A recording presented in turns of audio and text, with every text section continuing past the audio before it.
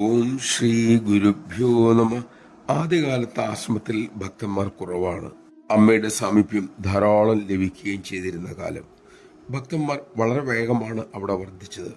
പഴയപോലെ അമ്മയെ കിട്ടാത്തതിൽ ചിലർക്ക് വലിയ ദുഃഖമായി. ഒരിക്കലൊരു ഭക്ത ചോദിച്ചു, അമ്മേ, എത്രയധികം ഭക്തന്മാരാ ഇപ്പോൾ വരുന്നത്, അമ്മയോട് ഓരോ കാര്യങ്ങൾ പ്രാർത്ഥിക്കുന്നത്. എനിക്ക് അത്യാവശ്യം വരുന്ന സമയത്ത് എനിക്ക് അമ്മയെ കിട്ടുമോ എന്ന എൻ്റെ പേടി.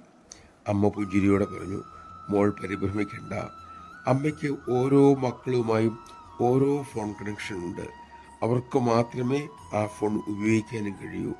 ഏത് നിമിഷം വേണമെങ്കിലും അമ്മയ്ക്ക് മോളെ വിളിക്കാൻ കഴിയും. നമഃശിവായ.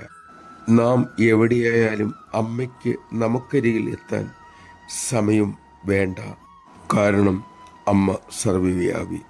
ആ മഹത്തായ സത്യം നമുക്ക് ഉള്ളിൽ ഉറപ്പിക്കാൻ സാധിക്കട്ടെ. അതിനായി അമ്മ നമ്മിൽ അനുഗ്രഹം ചൊരിയട്ടെ.